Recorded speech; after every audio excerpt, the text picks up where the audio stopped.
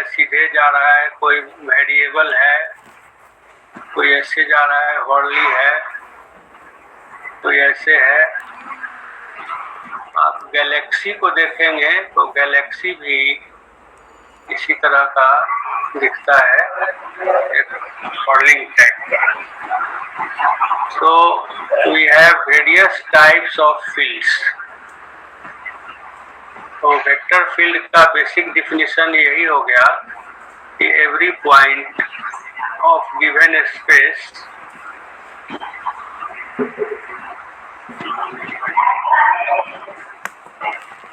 Given region या space is associated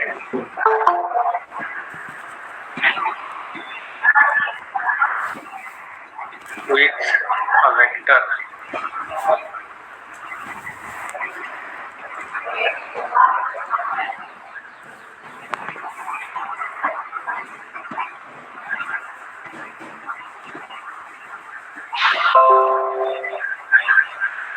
So every point is associated with a vector.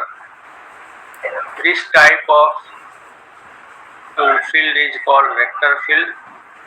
और अगर vector की जगह स्केलर रहे तब उसको स्केलर फील्ड बोलते हैं। वेक्टर फील्ड का और अंदर में अगर हम लोग फीचर देखें तो दो वैरायटी का फीचर डिस्क्राइब होता है। एक वैरायटी कहलाता है कि the field is spooky spiky. जैसे मान लो कि एक बेसिन है और बेसिन का जो बेस है वो थोड़ा सा धंसा हुआ है, यहाँ पर छेद है तो चारों तरफ से पानी इसमें रेडियली इनवर्ड फ्लो करेगा।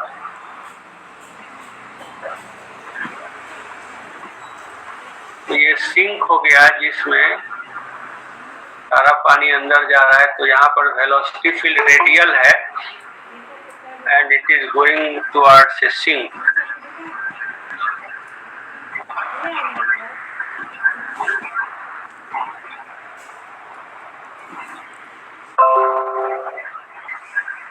इसी तरह से सोर्स भी हो सकता है कि यहाँ पर मान लो कि ट्यूब आया हुआ है भीतर से और इसके टेबल पर या खेत में पानी फैला रहा है, तो यहाँ पर radially outward velocity field directed है। तो जहाँ से इमर्ज कर रहा है उसको सोर्स बोलते हैं। सोर्स और सिंक वाले फील्ड भी हो सकते हैं और विदाउट सोर्स विदाउट सिंक भी हो सकते हैं। तो इन सारे फील्ड्स को देखने से ये पता चलता है कि दो तरह का फीचर इसमें होता है। समथिंग इज डाइवर्जिंग और कन्वर्जिंग। ये बाद वाला जो एग्जाम्पल है तो इसमें कुछ अंदर आ रहा है या बाहर जा रहा है, तो एक वेराइटी ये चेक करते हैं, तो इसको डाइवर्जेंस ऑपरेशन से चेक करते हैं। तो mathematical operation is divergence which considers something diverging और converging। दूसरा चेकिंग अभी हम लोग करेंगे जो कर्ल नाम से आता है। कर्ल का मतलब क्या होता है? कर्ल का मतलब घूमना, टर्न। जैसे किसी का बाल ऐसे रहता है, ऐसे आया और ऐसे घूम गया, ऐसे। This is called curly hair. Curl suggest से रोटेशन। अगर हम लोग इस एग्जाम्पल में देखें जिसमें विड्थ में वेलोसिटी चेंज कर रहा है, इसमें अगर कोई डिस्क रख दे किनारे के थोड़ा सा बगल में, तो यह डिस्क ट्रांसलेट करने के साथ साथ रोटेट भी करेगा। क्योंकि देखिए डिस्क का दो एंड पर कंसीडर करें तो यहाँ ज़्यादा वेलोसिटी है और यहाँ कम वेलोसिटी है। यहाँ ज़्यादा वेलोसिटी है, उधर विस्कस फोर्स ऐसे लगेगा और जहाँ कम वेलोसिटी है वहाँ कम लगेगा। तो विस्कस फोर्स के चेंज होने के कारण क्या होगा कि एक टॉर्क प्रोड्यूस होगा, और टॉर्क प्रोड्यूस होने के कारण ये डिस्क रोटेट करने लगेगा। तो इस तरह का फ्लो है जिसमें रोटेट करने लगता है सिस्टम।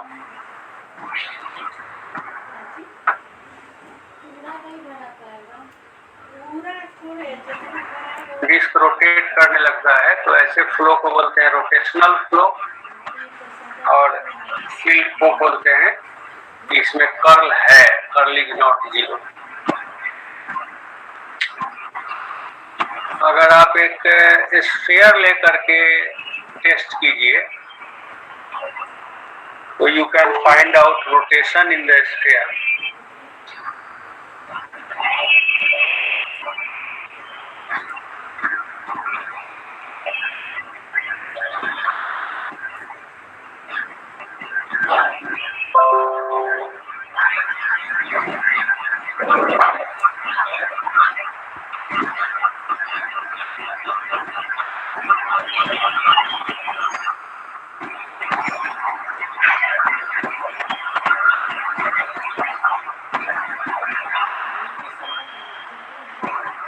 So vector field का curl suggests rotation. So this is also written as rot. Curl is written as rot for rotation.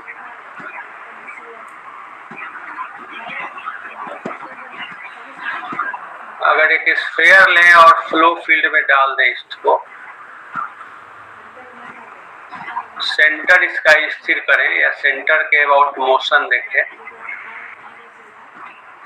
एक पॉइंट पर फिक्स कर दें और इधर से मान लीजिए कि फ्लूइड जा रहा है, तो यहाँ पर देखिए this is variation along width, this is variation along depth. तो अगर हम लोग यहाँ पर एक्सिस सिस्टम ड्रॉ करें, ऐसे एक्स ड्रॉ करें और इधर की ओर वाई ड्रॉ करें, नीचे की ओर जेड ड्रॉ करें, तो ये अंदर में रिवर के अंदर में यहाँ पर स्फीयर डालेंगे तो इस पॉइंट पर ये स्फीयर का सेंटर है जो कि XYZ है। अब ये स्फीयर इस वेलोसिटी ग्रेडियंट के कारण टर्न करेगा और इसके कारण भी टर्न करेगा। तो कुछ जनरल डायरेक्शन में इसको एक एंगुलर वेलोसिटी आएगा, ओमेगा मिलेगा। This is the direction of curl of vector field. This is the direction of curl.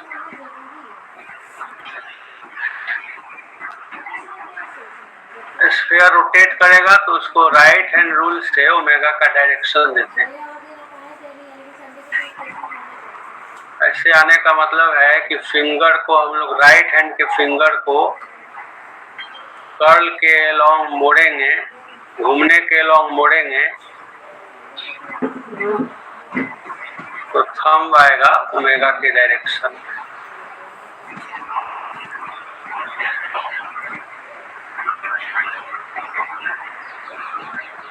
This is the direction of omega। ऐसे टर्निंग इफेक्ट है।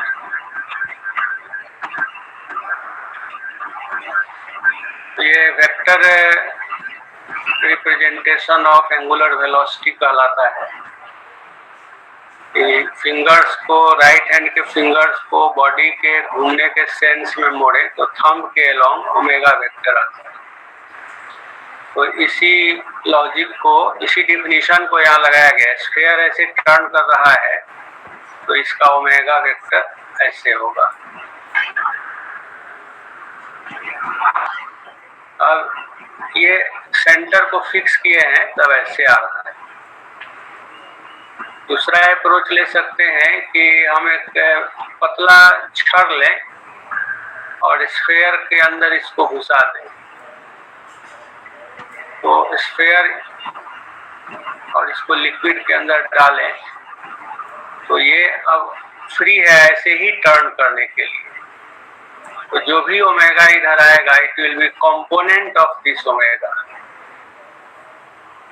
मान लो कि इधर जेड एक्सिस है तो this will be omega Z. So we can find out component. अगर आप फ्रीडम इसका नष्ट कर दें, कोई रॉड इसके अंदर डाल दें जिसके अबाउट ये रोटेट करने के लिए फ्री है, तो हम लोग ओमेगा का कंपोनेंट मेजर कर सकते हैं और जेड को टर्न करके एक्स भी बना सकते हैं, वाई भी बना सकते हैं। तो इस तरह से आप ओमेगा का कंपोनेंट मेजर कर सकते हैं। और डायरेक्ट ओमेगा वेक्टर ऐसे है, इसका सेंटर खाली होल्ड करते हैं, बाकी फ्री है चलने के लिए, तो इसका एक ओमेगा वेक्टर स्पेस में आएगा। तो यह स्पेस में जो डायरेक्शन आएगा यही है direction of curl of the flow field. Velocity field is also called flow field. Curl का फिजिकल अपीयरेंस या फिजिकल मेजरमेंट ये दिखा रहे हैं। तो इसमें अगर हम लोग डिस्क डालेंगे तो चूंकि इधर वेलोसिटी कम है और इधर ज्यादा है तो डिस्क ऐसे रोटेट करेगा और इसके अलोंग फिंगर लीजिएगा तो ये कर्ल का डायरेक्शन हो जाएगा। इस साइड में आइएगा तो इधर ज्यादा वेलोसिटी है, इधर कम है। यहाँ एक डिस्क रख दें, वो फ्लोट करता है और रोटेट भी करेगा, वो उल्टा करेगा ऐसे। और ठीक बीच में लगभग फील्ड यूनिफॉर्म है, तो यहाँ पर डाल दीजिएगा तो बिना रोटेट किए हुए सीधे जाएगा। तो एक ही वेलोसिटी फील्ड में डिफरेंट पॉइंट पर अलग अलग डायरेक्शन में जो हमारा मीटर है वो रोटेशन दिखाता है। वो कर्ल मीटर का रोटेशन अलग अलग पॉइंट पर अलग अलग दिखाता है। तो this is the physical idea behind the curl. Velocity field में वेलोसिटी वेक्टर्स के स्पेशल फीचर के कारण कोई भी फ्रीली रोटेटिंग डिस्क रख दिया जाए तो वो अपने एक्सिस के अबाउट रोटेट करेगा और उसका साइज बहुत छोटा होना चाहिए। डिस्क का साइज तो स्मॉल डिस्क बोलते हैं, क्योंकि एक पॉइंट पर हम लोग इफेक्ट देख रहे हैं तो पॉइंट के अराउंड ही छोटा सा डिस्क होना चाहिए। It should be very small test disk. Test charge जैसे छोटा होता है वैसे ही फील्ड को ये टेस्ट करने वाला डिस्क है। Test disk should be very small. यहाँ पर हमने टेस्ट स्फीयर लिया है। Test sphere of the field बहुत छोटा है, तो ये मैकेनिकली देखना संभव है, इसलिए हम लोग इसी का एग्जांपल लेकर कर।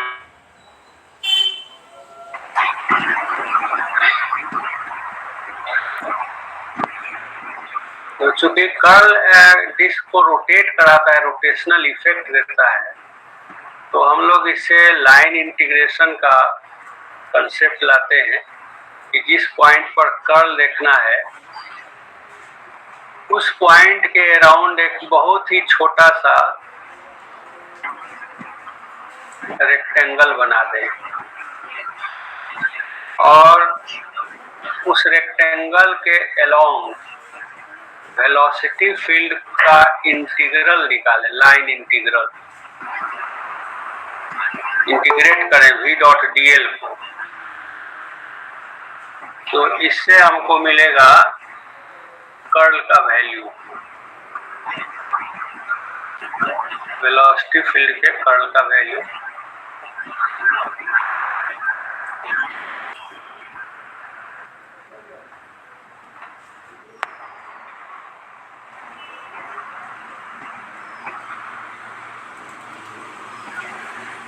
जिस पॉइंट पर कर्ल निकालना है वहां पर एक छोटा सा रेक्टेंगल बना।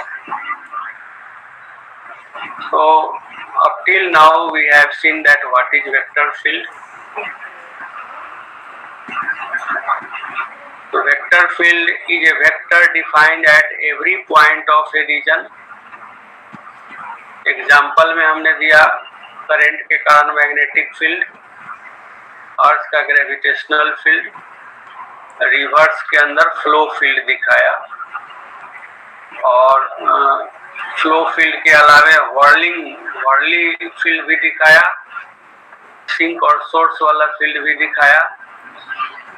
So all these situations show that fields are of various types, और उनके फीचर को दो भागों में भी मैथमेटिकली डिवाइड करते हैं, एक डाइवर्जेंस और दूसरा कर्ल। डाइवर्जेंस का स्टडी चूंकि हम लोग कर चुके हैं, डेल डॉट कोई भी वेक्टर फील्ड होता है तो ये डाइवर्जेंस कहलाता है, तो उसको अभी छोड़ दे रहे हैं। केवल नेक्स्ट फीचर जो फील्ड का है कर्ल, रोटेशन, उसको देख रहे हैं। और रोटेशन को ऑब्जर्व करने के लिए हमने आपको उपाय बताया कि या तो आप एक डिस्क रख दीजिए या एक स्फीयर रख दीजिए। तो स्फीयर अपने सेंटर के अबाउट रोटेशन शो करेगा, और जो उसका एंगुलर वेलोसिटी होगा वही उस पॉइंट पर कर्ल ऑफ वेलोसिटी फील्ड का डायरेक्शन होगा। और वैल्यू कितना होगा ये हम लोग बाद में डिफाइन करें। अगर आपको उसका कंपोनेंट लेना है तो उस स्फीयर में एक स्मूथ रॉड डाल दीजिए जिसके अबाउट स्फीयर रोटेट कर सकता है, तो रॉड के अलोंग वेलोसिटी का कर्ल का कंपोनेंट मिलेगा, दिस इज रॉड, और ये स्फीयर है। तो इन रॉड्स और स्फीयर्स को डाल के हम लोग कर्ल टेस्ट कर रहे हैं, इसलिए इसको करें test sphere. Small test sphere field में रखने पर रोटेशन शो करेगा, then it has a non zero curl, और अगर रोटेशन नहीं शो करेगा तो कर्ल इज जीरो। और एक सेंस में रोटेशन पॉजिटिव कर्ल होगा और उसके अपोजिट सेंस में रोटेशन निगेटिव कर्ल होगा। कर्ल में भी पॉजिटिव और negative, which indicates opposition of sense of rotation of a sphere around center। Velocity field में ये सारा डिफाइन हो रहा है, लेकिन जो मैथमेटिकल इससे जो रिजल्ट आएगा that will be valid for any type of field, they need not be velocity field. तो मैग्नेटिक फील्ड में भी हम लोग देख सकते हैं या किसी जनरल फील्ड में देख सकते हैं। तो curl suggest rotation in A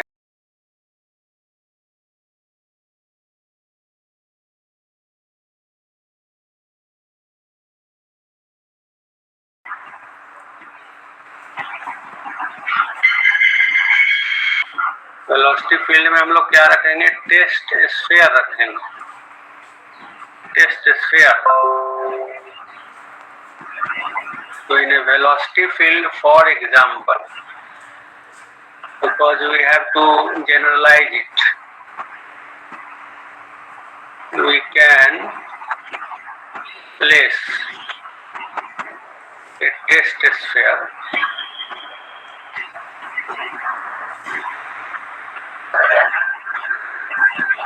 and observe its rotation.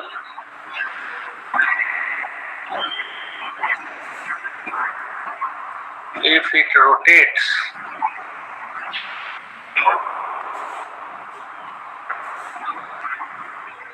the field is said to have a curl, said to have a non-zero curl. Or if it does not rotate,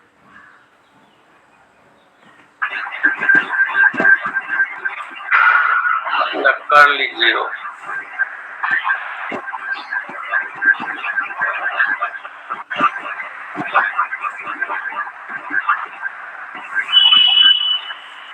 So we can observe the rotation of a test sphere. अगर वो rotate करता है then field has a curl. This is only for velocity field. Velocity field एक flow field है और उसमें sphere पर mechanical force लगेगा और वो रोटेट करेगा. This is not true for all fields. Test sphere सभी फील्ड को जांच नहीं पाएगा.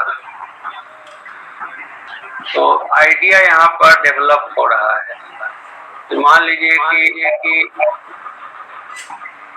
फील्ड है इस तरह.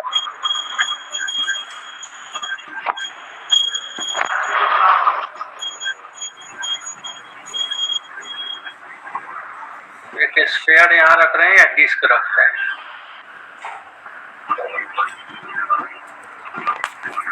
तो डिस्क पर इसका रोटेशन कैसे होगा. बाहर से हम लोग देख रहे हैं ये वेलोसिटी कम है ऊपर में और ये ज्यादा है. तो it will rotate in this sense. तो इस तरह का अगर वेलोसिटी फील्ड है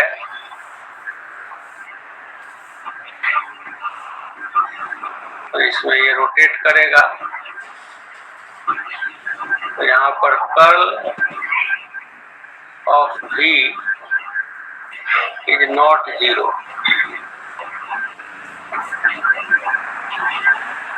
कोई ऐसा फील्ड है जो सब जगह सेम वैल्यू का है तो इसमें अगर एक डिस्क रख दें इट विल नॉट रोटेट.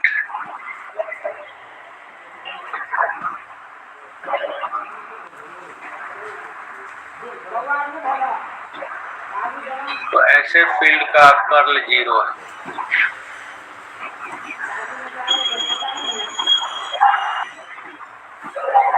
यही से एक आइडिया डेवलप करता है. अब how to relate rotation is related to angular velocity. तो आप जानते हैं कि राइट हैंड थंब रूल से उसका डायरेक्शन मिलता है. तो ये दाहिना हाथ अगर है और ऐसे अंगूठा ऊपर गया और रोटेशन का सेंस में फिंगर को कर्ल किया गया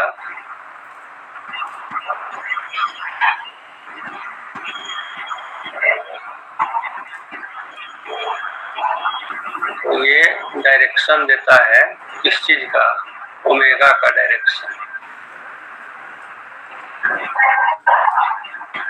तो ओमेगा ही यहाँ पर कर्ल का डायरेक्शन है.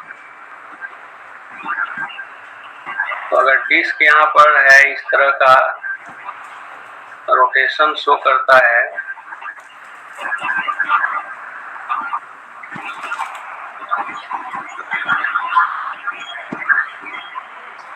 तो ये ओमेगा का डायरेक्शन है. This is right hand.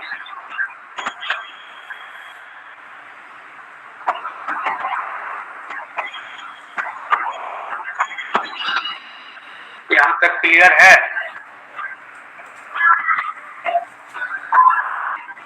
Yes sir. Yes sir. Yes sir. चलिए करते हैं नेक्स्ट स्लाइड.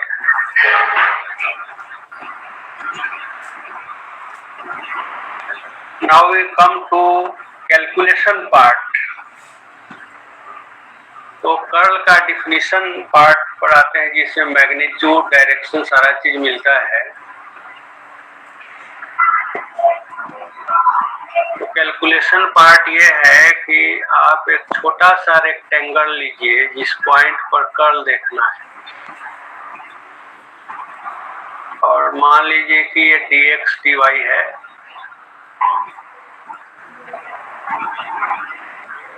इधर XY एक्सिस है. Z इसके बाहर की ओर है. Z is outward.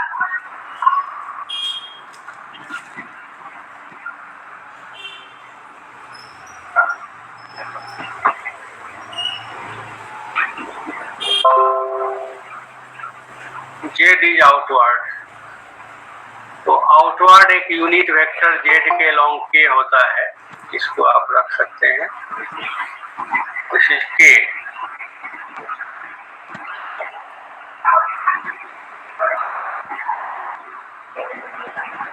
छोटा सा रेक्टेंगल क्यों ले रहे हैं?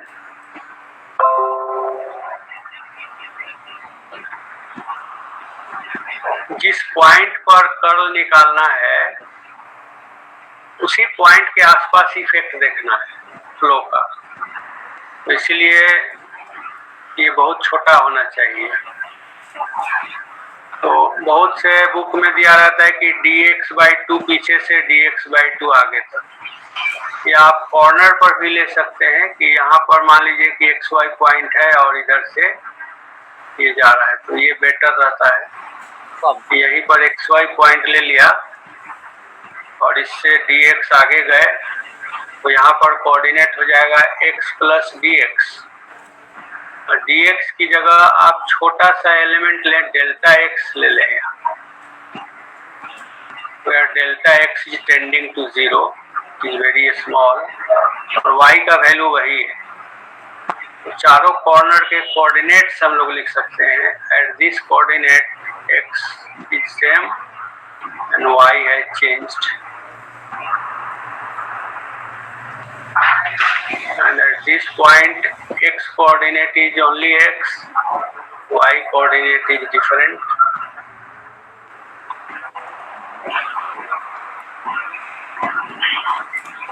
अब राइट हैंड रूल के अनुसार अगर रोटेशन आपका इस तरह का होता है, ऐसे चलते हैं, तो फिंगर इधर कर्ल कीजिएगा तो थंब बाहर आएगा,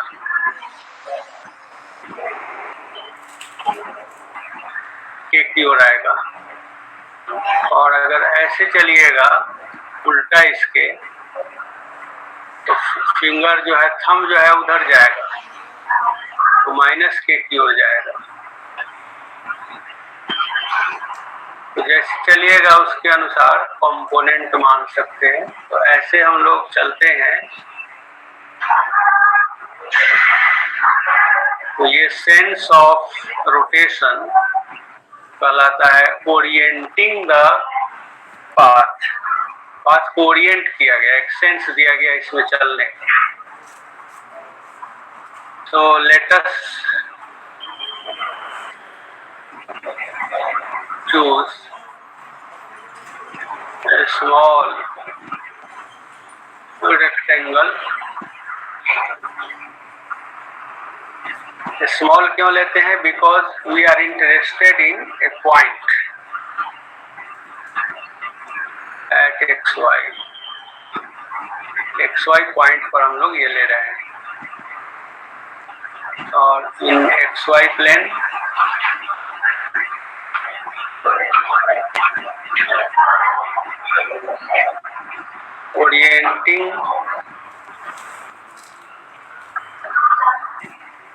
orienting it as shown,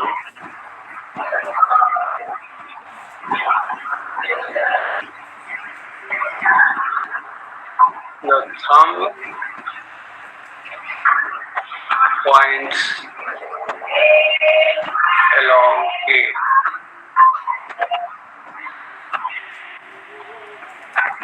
अब देखिए XY प्लेन में जो वेक्टर है उसका Z कंपोनेंट कितना होगा?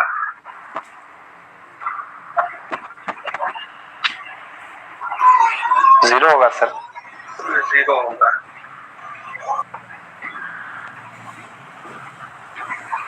तो वेक्टर को दो ही कंपोनेंट होगा XY प्लेन में, X कंपोनेंट और Y component.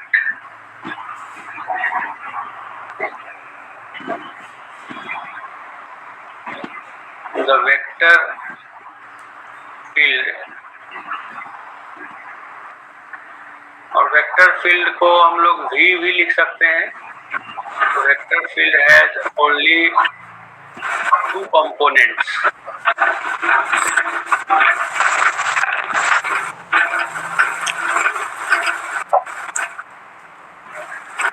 In XY plane.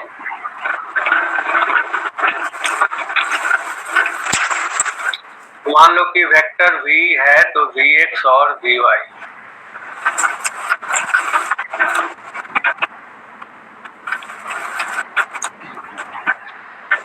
Vz is 0। Vector in this plane has no z component or Vz does not lie, या Vz is Ranjan mic off करो यार। perpendicular to XY plane। Vz is perpendicular to XY plane। अब इस line के long चलने पर 4 integral बनाना है। पहला इंटीग्रल है इस लाइन के लॉन्ग डेल्टा x, जब आप चल रहे हैं तब यहाँ से यहाँ तक जाने में, तो वेक्टर का y कंपोनेंट ऐसे है Vy और x कंपोनेंट ऐसे है और z कंपोनेंट इसके बाहर निकला हुआ है। तो हमको परफॉर्म करना है हरदम v.dl का इंटीग्रल परफॉर्म करना है, और dx हम लोग बहुत छोटा लिए हुए हैं, तो यहाँ से यहाँ तक आने में y का dl का यहाँ पर वैल्यू क्या हो जाएगा, dl will be along this line, dl will be dxi, और डॉट प्रोडक्ट लीजिएगा v के साथ, तो v डॉट dl में v dot i dx, so this is vx dx। तो v डॉट dl निकाल रहे हैं, लेकिन कैलकुलेट करने के लिए मिल रहा है vx dx, यानी x component is relevant when we move along unit vector i, और बाकी सारे कंपोनेंट्स का इसके साथ डॉट 0 हो जाएगा, क्योंकि वो सब इसके नॉर्मल है। इसी तरह आप y के तरफ चलिएगा तो j का डॉट लीजिएगा तो only y component will be relevant. तो दो ही डायरेक्शन हमारा चलने का, x के पैरेलल चलेंगे और y के पैरेलल चलेंगे। तो यहाँ पर जो dx के अलॉन्ग चलते हैं तो हम लोग लिखते हैं vx डेल्टा x, इसको मान लेते हैं कि इंटीग्रेशन 1 है, पाथ का नाम दे देते हैं 1, part of path 1 2 3 4, close path में चलना है।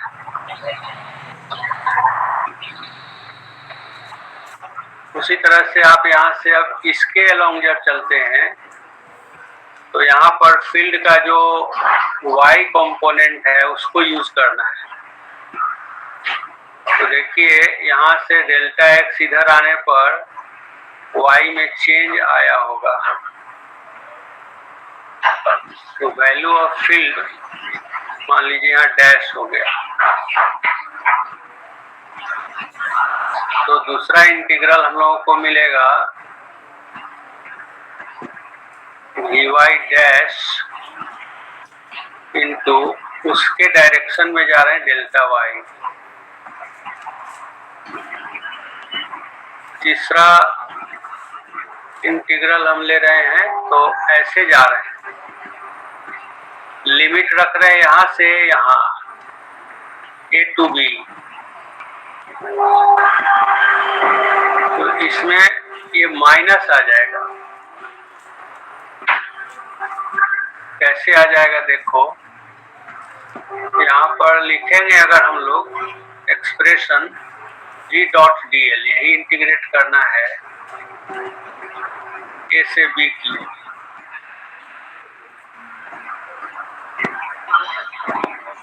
और dl को लिखेंगे तो dl is directed right leftward, dl का डायरेक्शन लेफ्ट की ओर है, dl का डायरेक्शन लेफ्ट की ओर है, और अगर हम इसको dx के टर्म में लिखते हैं और I लिखते हैं तो ये सही होगा कि नहीं?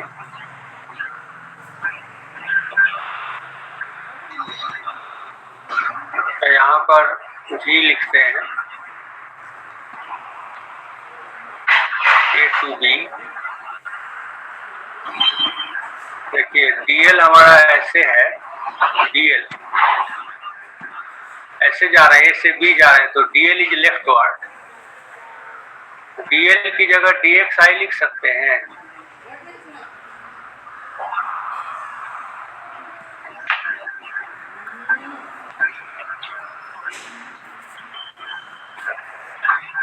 देखो A से B जाने में x घटता है कि बढ़ता है? घटता है सर। तो dx is negative, x is decreasing, so dx is already negative. तो यहाँ पर एक और माइनस साइन अगर आप दीजिएगा तो रॉन्ग हो जाएगा, क्योंकि dx ऑलरेडी निगेटिव है और इसलिए ये होल वेक्टर लेफ्ट वर्ड है। dxi vector is left word और dl भी लेफ्ट वर्ड है, तो इतना ही लिखेंगे। और ज्यादा अगर आप चाहते हैं लिखना तो मॉड लगाइए और माइनस लगाइए, फिर मॉड खोलिएगा, dx निगेटिव है तो फिर बैक हो जाएगा वही चीज।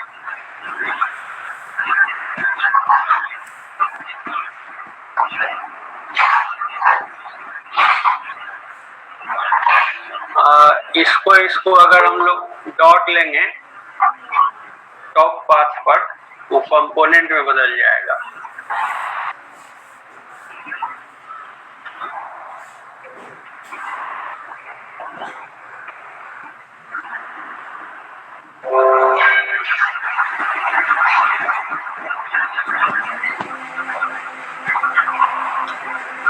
तो v dot I will be x component of v on this line, top line पर x component देखिएगा,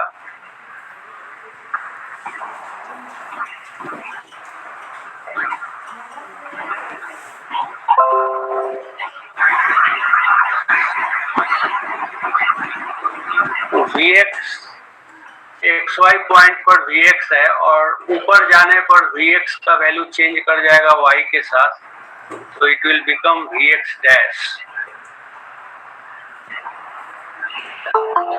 vx dash dx, and it will have to be integrated from A to B।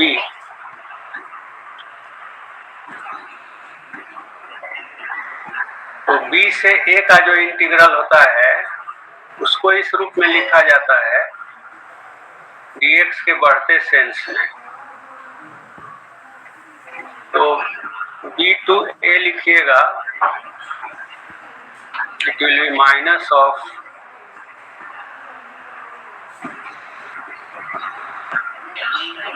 dx dash dx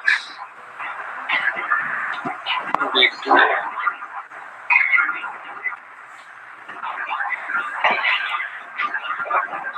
इसी को लिखा जाता है delta x।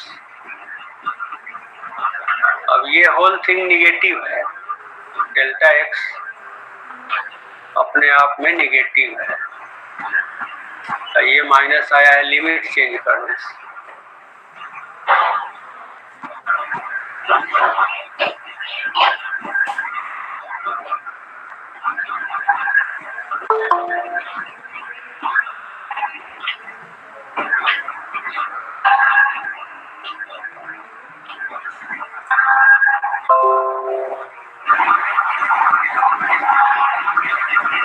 Similarly, we can consider integration along part 4 of path I4। I4 में भी आप घटते y की तरफ आ रहे हैं, and you have to consider y component of v dy और माइनस साइन, डिक्रीज कर रहा है y, इसमें तो डेल्टा y यहाँ हो जाएगा। अब टोटल पाथ के अलोंग इंटीग्रल लेंगे,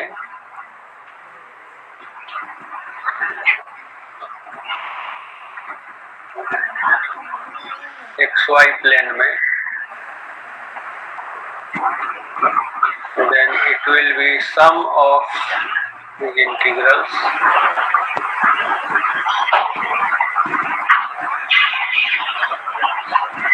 अब इनका साइन इसी के अंदर डाल दिए हैं, इसलिए डायरेक्ट वैल्यू लिख देना। तो I1 है Vx डेल्टा x, I2 है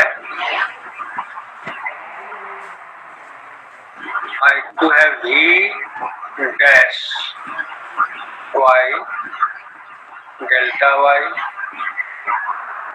I3 माइनस में है Vx डैश डेल्टा x, और I4 भी माइनस में है Vy delta y।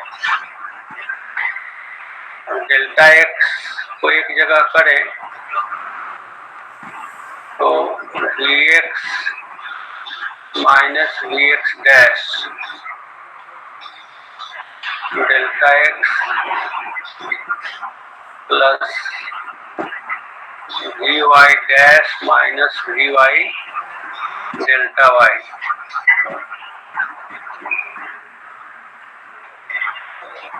Now we want to introduce partial derivative to express the differences.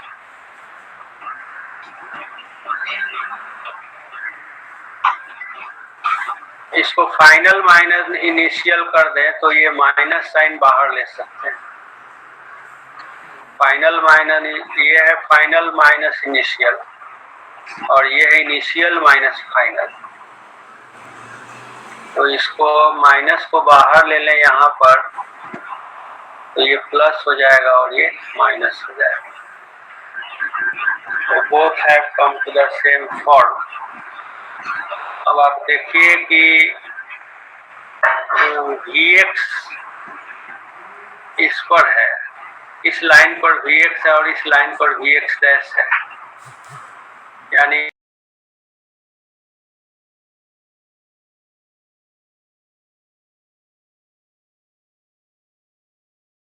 y में चेंज आ गया है, y प्लस डेल्टा y आ गया, तो इस जगह पर कंपोनेंट हो गया dash. So Vx dash minus Vy is change in x component as we move along y axis. y axis की ओर जाने से x component के बदलने का वैल्यू है ये।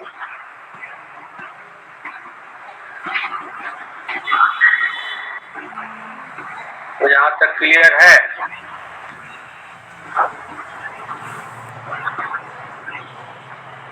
ये कंसेप्ट है कि जिस लाइन पर इंटीग्रेशन करते हैं उसी लाइन पर वैल्यू यूज करते हैं। और sense of integration is also important. X के बढ़ते सेंस में जा रहे हैं कि घटते सेंस में जा रहे हैं। जनरल जो इंटीग्रेशन का मीनिंग होता है कि fx dx, और इसको आप इंटीग्रेट करते हैं a to b, तो इसमें b छोटा भी हो सकता है a से और बड़ा भी हो सकता है। तो इसमें है कि x के बढ़ते हुए सेंस में जाना है, छोटा होगा या बड़ा होगा उसका ध्यान नहीं रखना। लेकिन जब लाइन इंटीग्रल में हम लोग आते हैं तो किधर से किधर जा रहे हैं वो यूज करते हैं और फाइनली इस फॉर्म में कन्वर्ट कर जाते हैं x के बढ़ते सेंस। तो x के घटते सेंस में ये निकाले थे तो बढ़ते सेंस में हो जाएगा उसका माइनस। इस तरह से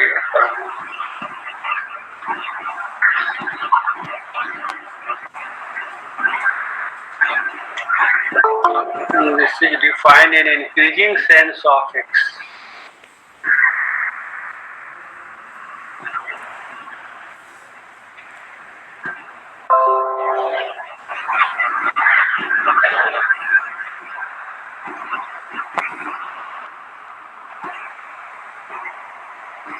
चेंज करे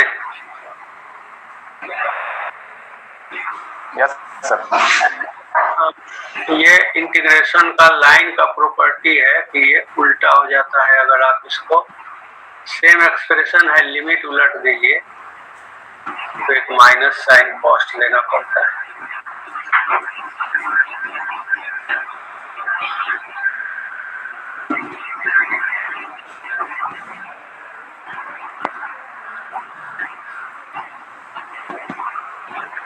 टेलर एक्सपेंशन का नाम सुने होंगे। जी sir. Taylor expansion, Taylor series और एक्सपेंशन।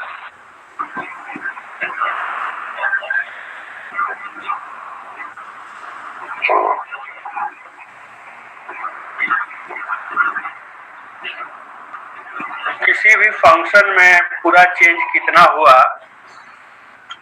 सभी ऑर्डर का चेंज, तो that is given by Taylor expansion. लेकिन अगर स्मॉल चेंजेज हैं वेरिएबल में तो फर्स्ट टर्म ही उसका इम्पोर्टेंट रहता है, बाकी टर्म नेग्लेक्ट कर देते हैं। क्योंकि हम लोग यहाँ पर एक पॉइंट के आसपास ही घूम रहे हैं, श्रिंक करना है उसको, तो फर्स्ट टर्म तक ही टेलर एक्सपेंशन का यूजफुल है हमारे लिए।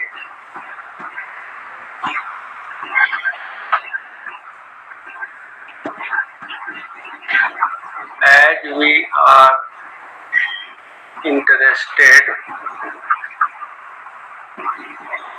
in very small loop around xy, around a point, only first order derivative in Taylor series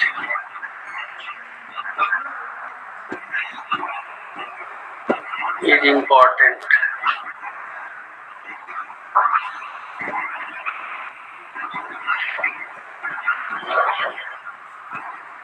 तो आप देखिए delta Y by delta X हम लोग लिखते हैं और डेल्टा एक्स का लिमिट 0 की तरफ टेंड कराते हैं, तो ये कहलाता है dy by D X and it measures rate.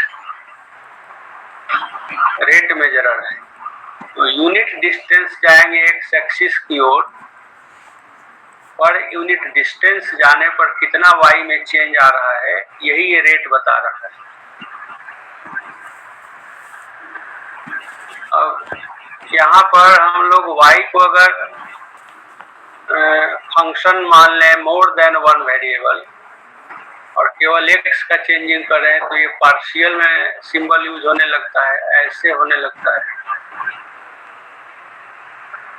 Limit delta x tending to 0 and delta y by delta x, but this is only changing in x axis, तो ये भी रेट है।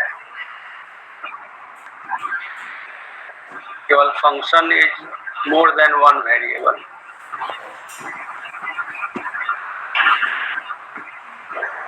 Rate of change, rate of change से change कैसे निकालेंगे?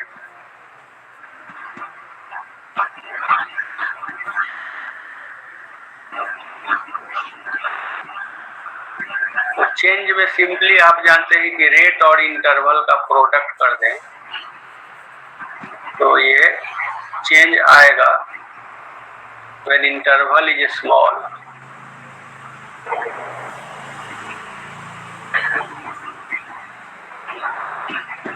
तब ये लागू होगा, और व्हेन रेट इज कांस्टेंट तब भी लागू होगा, तब बड़े इंटरवल के लिए भी लागू होगा। और इंटरवल स्मॉल है तो रेट कांस्टेंट हो या वेरिएबल, दोनों हालत में लागू होगा। जैसे यूनिटरी रूल होता है कि एक पेंसिल का दाम 2 रुपया है तो 3 पेंसिल का दाम, तो सीधे गुना कर देते हैं। ये हम लोग एज्यूम करते हैं कि सब पेंसिल वही है। अगर दूसरे दूसरे कंपनी का 3 पेंसिल हो तब नहीं गुना कर पाइएगा, एक से अनेक का गुना करके नहीं निकलेगा। तो रेट अगर सेम है तब आप इंटरवल से सीधे गुना करके निकाल सकते हैं। तो इंटरवल बहुत छोटा हो तो रेट को हम लोग लगभग सेम मान सकते हैं। तो यही कंसेप्ट यहाँ पर लगाया गया है कि Vx डैश में से Vx को घटाना है। ये चेंज हुआ तो Vx के चेंज करने का रेट जिस एक्सिस पर जाएंगे वह इनटू इंटरवल उसका यहाँ पर लगाएंगे। तो आप पीछे देखिए, Vx dash minus Vx into delta x, यानी एक्स एक्सिस के अलोंग चल रहे हैं और तब Vx में चेंज देख रहे हैं।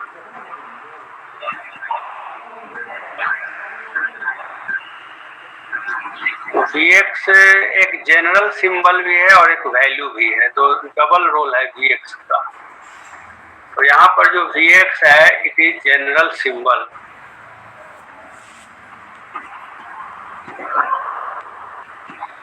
तो यहाँ पर डेल्टा एक्स लगाएंगे और इधर dx डेल्टा एक्स, ये डेल एक्स है और ये डेल्टा एक्स, इसी डेल्टा इसी डेल, दोनों के पढ़ने में टी का फर्क है।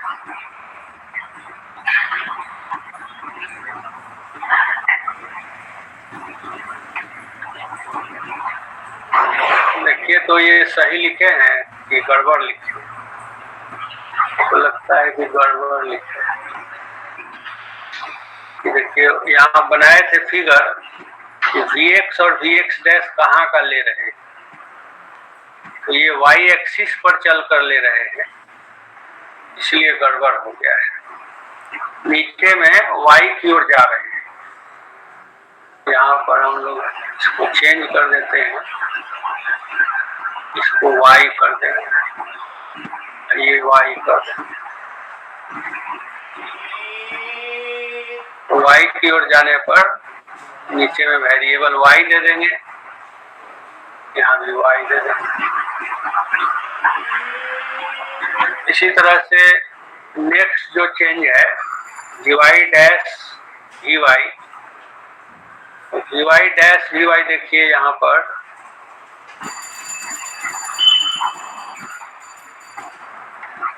ये देखिए vy और vy डैश ये x की ओर जाने का है।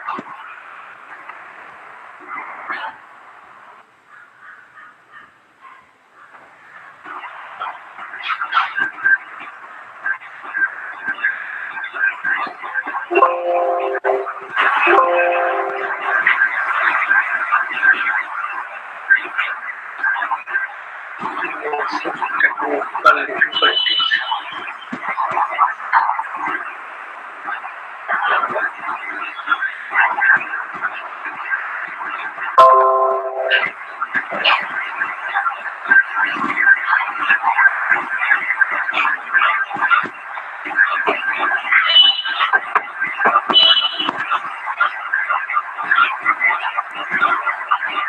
Curl of vector field,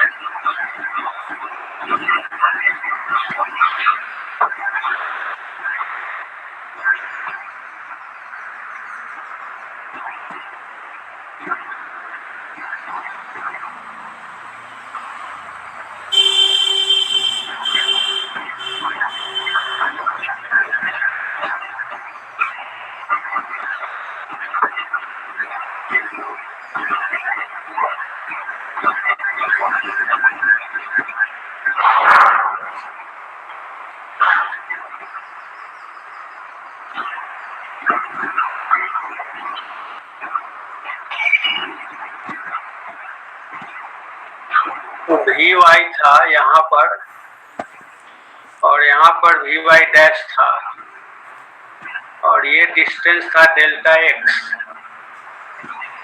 we have to find out change in Y component.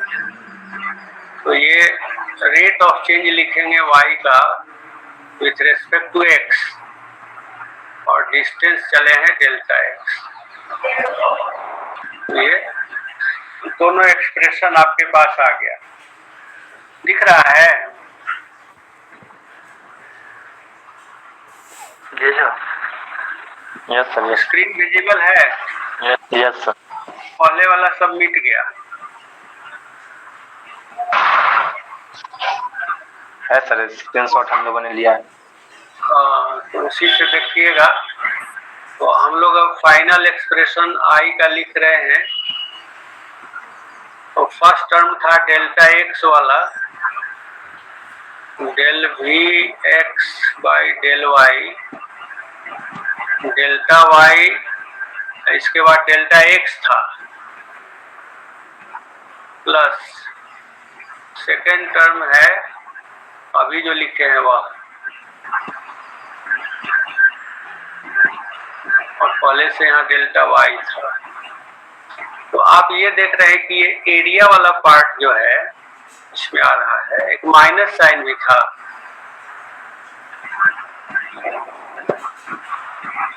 इसमें माइनस साइन था पहला में। तो इंटीग्रेशन में जो एरिया वाला पार्ट है वो कॉमन आ गया, and we have del V Y del X minus del V X del Y.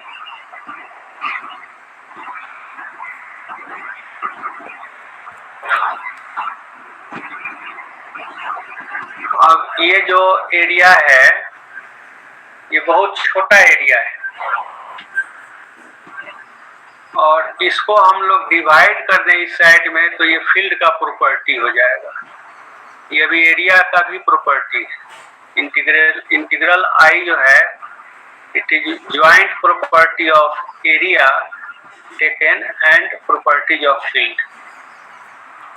तो इसका दो पार्ट है, field property and area property.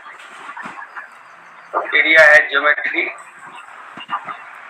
हम लोग चाहते हैं केवल फील्ड का प्रॉपर्टी एक्सप्रेस करना, तो इसके लिए एरिया से डिवाइड करना पड़ेगा आई को। तो आई को डिवाइड कीजिएगा एरिया से,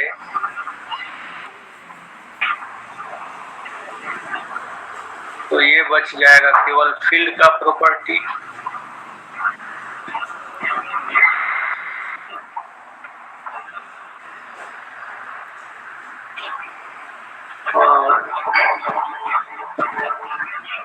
इसको कैलकुलेट करने में हम लोगों ने टेलर सीरीज का एक ही टर्म रिटेन किया है, तो दैट मीन्स दैट ये जो एरिया है ये बहुत छोटा है, तभी वो वैलिड होगा।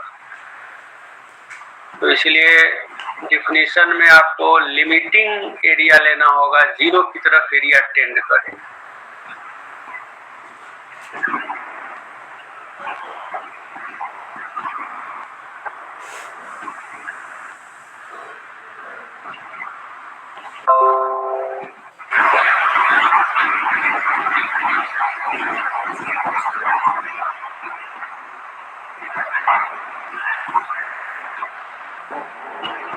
So we have to, this is property of field.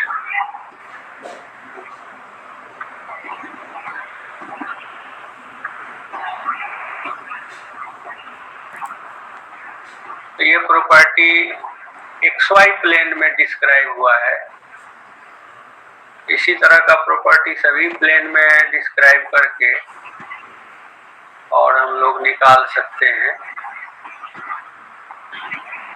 Vector form में। तो आप देख रहे हैं कि XY प्लेन में यहाँ X है, यहाँ Y है, तो अगर इंटरचेंज करेंगे इसको YZ प्लेन में जाएंगे तो यहाँ Y हो जाएगा, यहाँ Z हो जाएगा, और जो कंपोनेंट यहाँ है वो दूसरे वाले का है, So by inspection we can write down more terms. XY plane की जगह दूसरे दो प्लेन में भी लिख सकते हैं। एंड राइट हैंड रूल से इसका थंब किधर पॉइंट कर रहा था, तो के की ओर पॉइंट कर रहा था। So we can define it as a z component of a vector.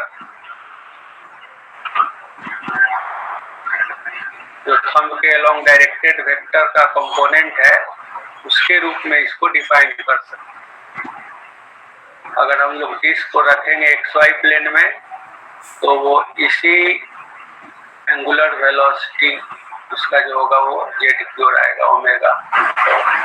और इतना आएगा कि नहीं वो नहीं कर सकते हैं, क्योंकि निकालना पड़ेगा कि फील्ड का नेचर कैसा है, उसके अनुसार ही आएगा।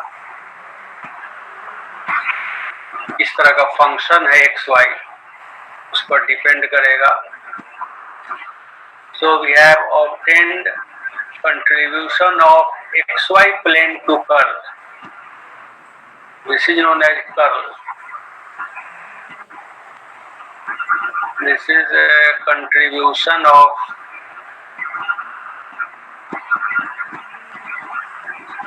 field in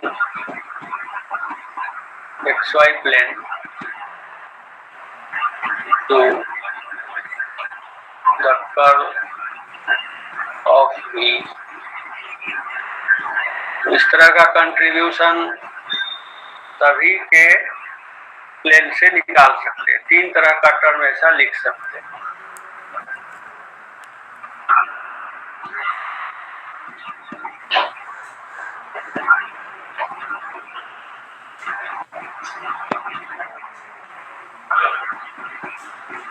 आगे बढ़े।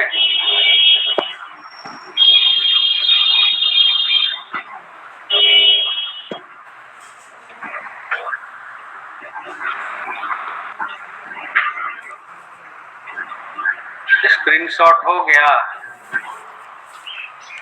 Yes sir. Next page.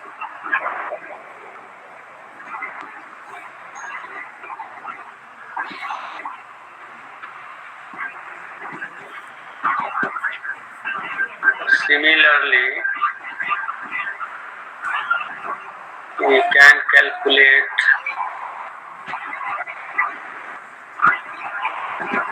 contribution from similar loops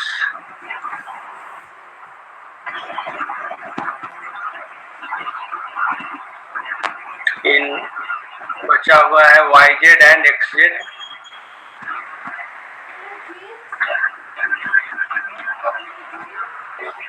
तो in fact these loops are projection of general area vector।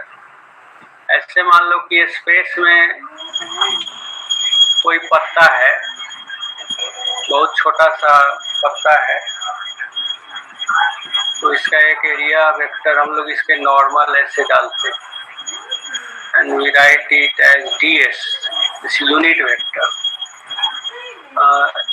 XYZ axis draw करते हैं।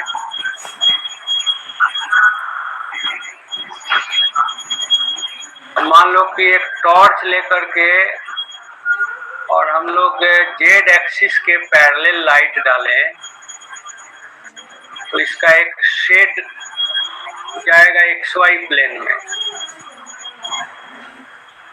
इसका शेड जाएगा इधर XY प्लेन में।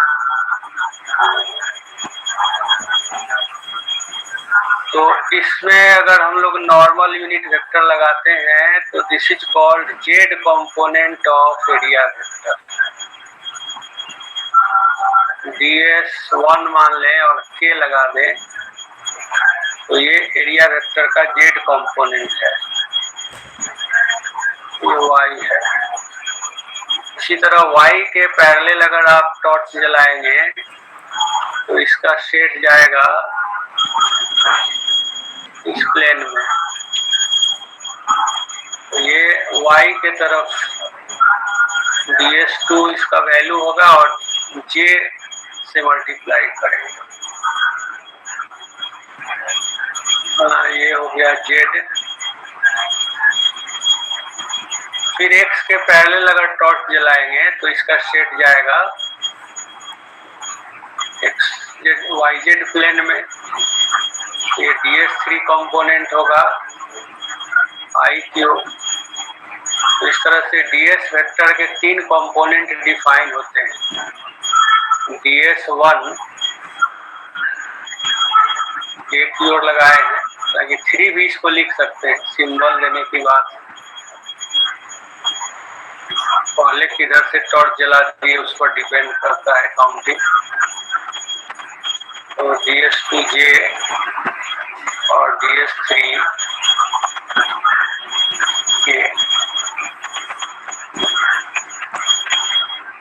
इसको कर देते हैं I।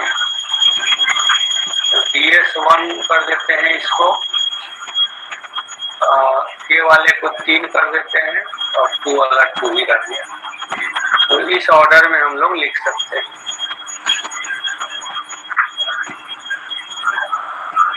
तो इसी तरह से इस एरिया को प्रोजेक्ट करके और इससे जो बाउंडेड लूप है उसके अलोंग लाइन इंटीग्रल निकाल सकते हैं। तो ये लूप्स जो है उनमें जैसे आप DS1 लिखिएगा तो DS1 का मतलब होगा कि Y और Z कोऑर्डिनेट से ये बना हुआ ऐसे आएगा। और DS2 लिखिएगा तो ये किस कोऑर्डिनेट से बना रहेगा, X और Z। और DS3 बना रहेगा X और Y से। तो यही वाला पार्ट हम लोग फाइंड आउट किए हैं और जो बाकी 2 पार्ट है उसको यहाँ लिख रहे हैं।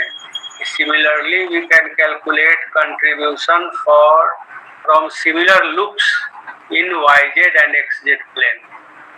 उन्हीं लूप्स को हम दिखा रहे हैं कि वो लूप्स ऐसे बनेंगे। तो कंट्रीब्यूशन कैसा आ जाएगा, तो इंटीग्रल में डिवाइड होगा, मान लो कि डेल्टा Y और डेल्टा Z से। तो ये YZ प्लेन का कंट्रीब्यूशन है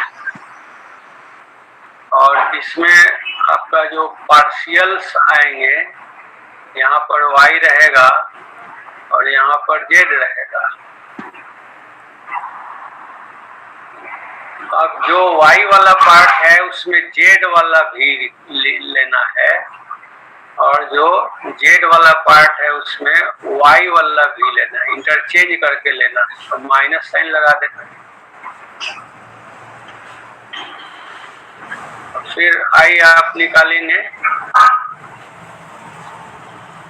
जो बच गया है प्लेन XZ में। तो इसमें डेल में X रहेगा और Z रहेगा। अब यहाँ पर लिखेंगे Z वाला और यहाँ पर लिखेंगे X वाला और माइनस साइन लगाएंगे। तो इस तरह से तीनों पार्ट से कर्ल V का कंट्रीब्यूशन आ गया। 10 we have obtained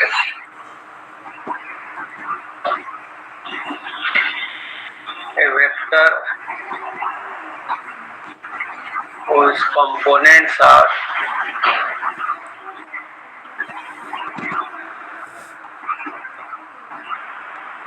the contributions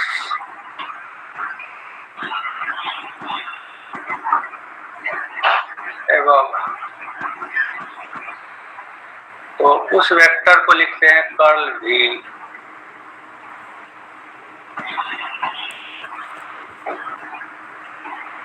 I axis के अलोंग कौन सा कंट्रीब्यूशन जा रहा है, I के ब्रैकेट में कौन आएगा और जे के ब्रैकेट में कौन आएगा और के ब्रैकेट में कौन आएगा।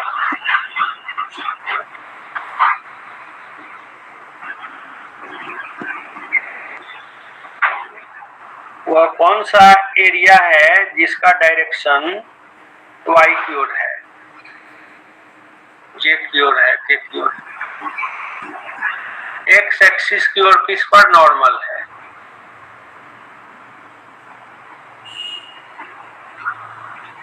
एक्स एक्सिस किस प्लेन पर नॉर्मल है? वाई जेड पर। Yes sir, yes sir, yes तो सर। ये जो आई है वो वाई जेड पर नॉर्मल, वाई जेड पर नॉर्मल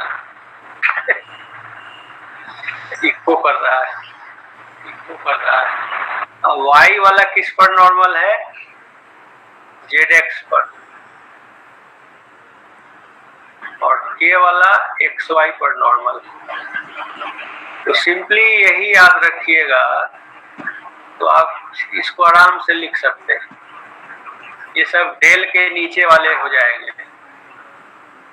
तो डेल के नीचे पहले जेड वाई दे दो, ये वाई हो गया, और इसके बाद माइनस करके जेड दे दो, इसका काम खत्म। इसमें आ जाओ, डेल के नीचे जेड दे दो, साइक्लिक ऑर्डर में रहना चाहिए, और एक्स दे दो। तो यहाँ पर एक्स दे दो और वाई दे दो।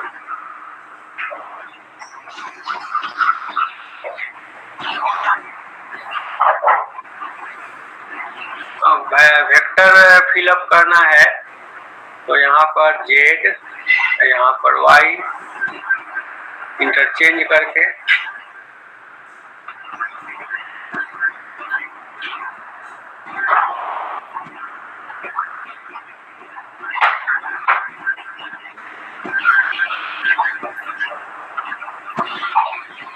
वी जेड और V Y, this corresponds to this Y.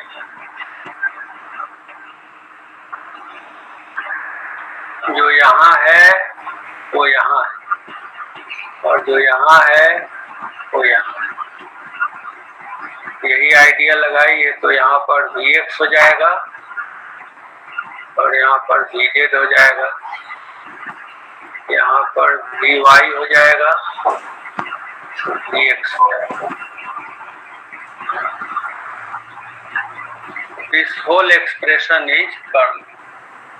ये निकला कैसे?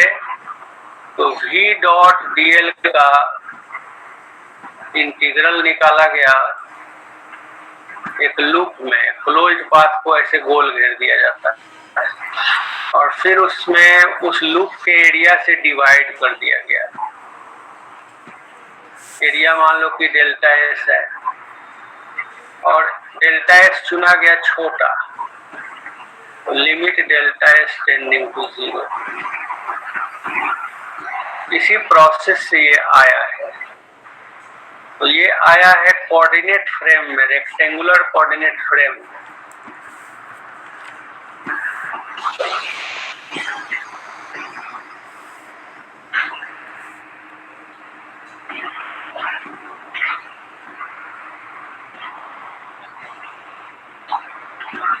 लेकिन कर्ल भी जो है वो एक वेक्टर है, और इसको कोऑर्डिनेट से कोई मतलब नहीं। तो डिफिनीशन में हम लोग इसको नहीं यूज करके यही जो प्रोसेस लिए हैं उसी को यूज करते हैं।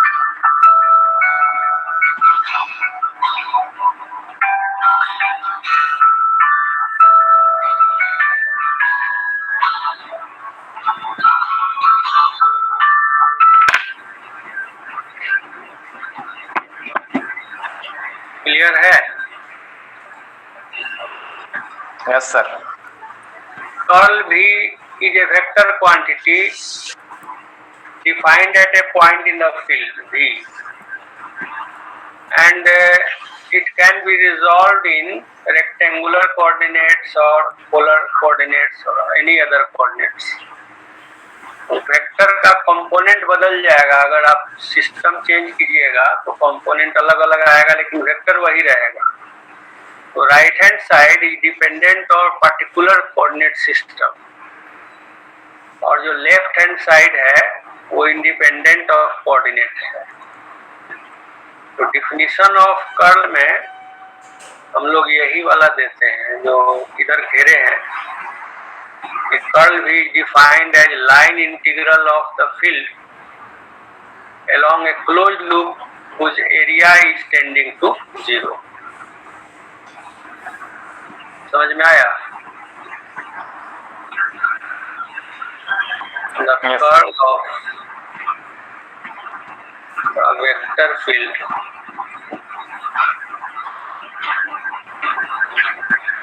is defined as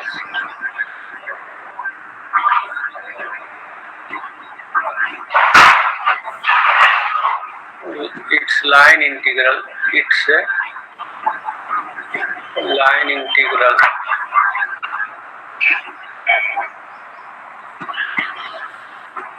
in a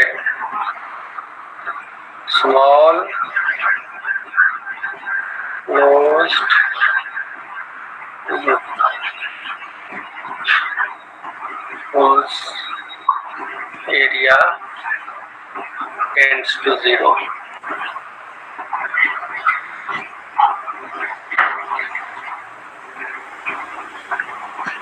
line integral per unit area कर देते हैं। Per unit area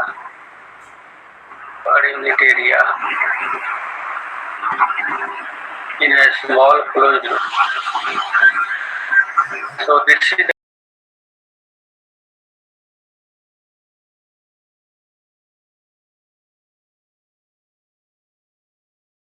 RHS. It is one of the expressions of curl। RHS is one of the expressions of curl। दोनों में अंतर समझ में आ रहा है?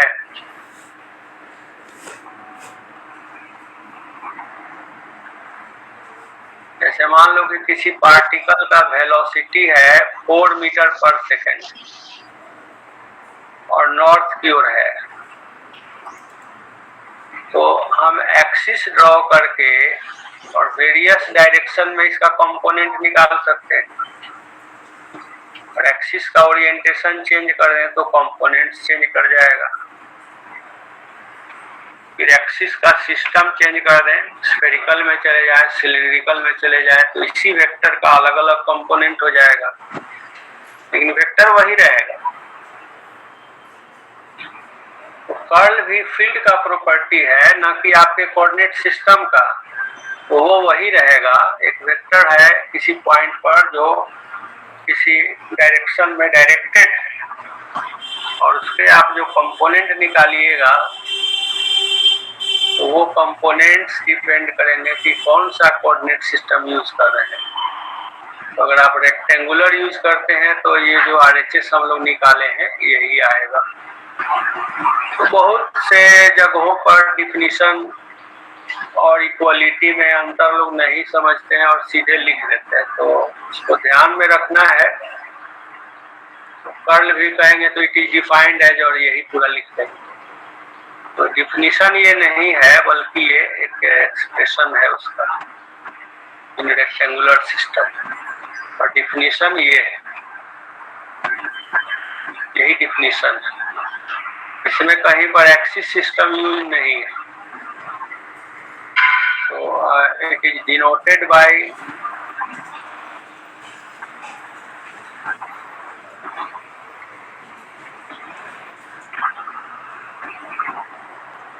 डेल क्रॉस, है ना जी, ये इसका नोटेशन है। अब इस नोटेशन का जो डेल है, रेक्टेंगुलर में ये एक्सप्रेशन है डेल का। स्फेरिकल में जाइएगा तो डेल का दूसरा एक्सप्रेशन है, पोलर में दूसरा है, जनरल कर्विलिनियर सिस्टम में अलग अलग एक्सप्रेशन है।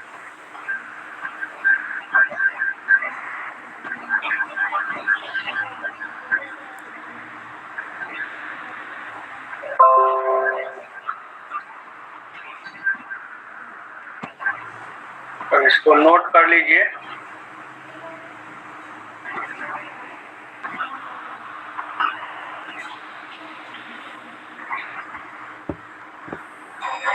हेलो सर, अगर बोलता है कि define curl of vector field, तो मतलब रेक्टेंगुलर भी दिखा देंगे तो वो सही होगा ना सर? सही होगा। जी सर। किसी को समझ में आता है, दिखाओगे उतना काफी है। इसको लिखोगे, ये जरूर लिखना। जी सर। इसके बाद इसको लिखना, पूरा लिख सर। यहाँ से यहाँ तक। जी सर। और इसको डिटर्मिनेंट फॉर्म में भी लिख करके और आंसर को आप हाईलाइट कर सकते हैं। आंसर वही रहेगा, केवल आप आई जे के यूज कर दीजिए डिटर्मिनेंट फॉर्म में। हाँ, यस सर।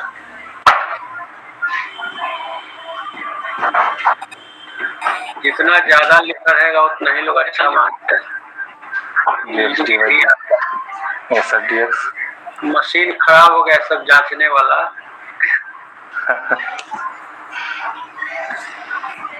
जितना ज्यादा उसमें मटेरियल जाएगा उसको लगेगा कि बहुत है।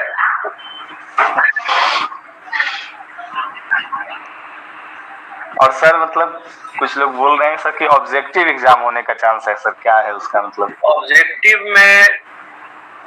ऑब्जेक्टिव से तो आपके नॉलेज का डायरेक्ट टेस्ट हो जाता है, क्योंकि वो तो गेस नहीं किया जा सकता है। Yes sir. अगर होगा तब, ताकि यूनिवर्सिटी उतना तैयार है कि नहीं है, क्वेश्चन सेट करना पड़ेगा उसको ऑब्जेक्टिव। पुराना पैटर्न है तो पहले एग्जाम हुआ है, सब देख लेगा। मगध वाले का सर, मगध के जैसा ही कर देगा। यहाँ ऑब्जेक्टिव आता है, पुराने वीसी थे तो बाहर से सेट करवाते थे, अब नए वीसी क्या करेंगे पता नहीं